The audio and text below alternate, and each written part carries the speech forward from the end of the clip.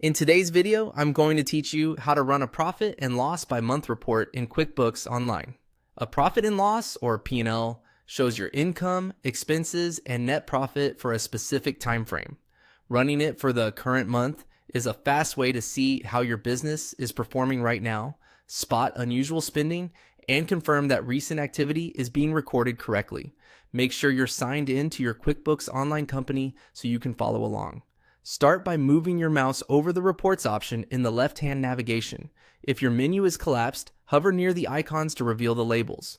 Reports is where QuickBooks keeps all the financial statements and activity summaries you'll use most often. Once you're on the Reports page, go to the Standard tab. Standard reports are the built-in, ready-to-run statements provided by QuickBooks.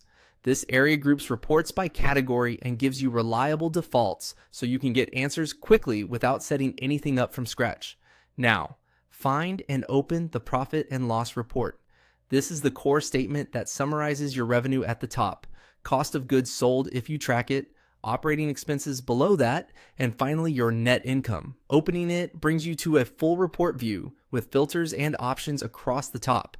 At the top of the report, look for the Report Period control. This dropdown determines the dates included in the report. Open it to see the preset options. Presets are convenient because they automatically adjust the start and end dates so you don't have to type anything. Choose this month. QuickBooks will refresh the report and limit the activity to the current calendar month. You'll see the date range update near the top, and the figures will now reflect only transactions dated within this month. Take a moment to scan the layout. Income shows what you've earned. Cost of goods sold shows direct costs tied to sales. And the difference is gross profit. Below that, you'll see your operating expenses grouped by account. At the bottom, net income tells you whether you're in profit or loss for the month to date. If something looks off, it's often a timing issue. Verify that recent invoices, bills, and expenses are dated in the current month.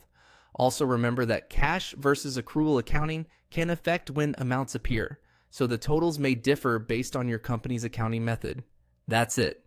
You hovered over reports, went to standard, opened profit and loss, set the report period, and selected this month. With just those steps, you've got a clear snapshot of your month-to-date performance in QuickBooks Online.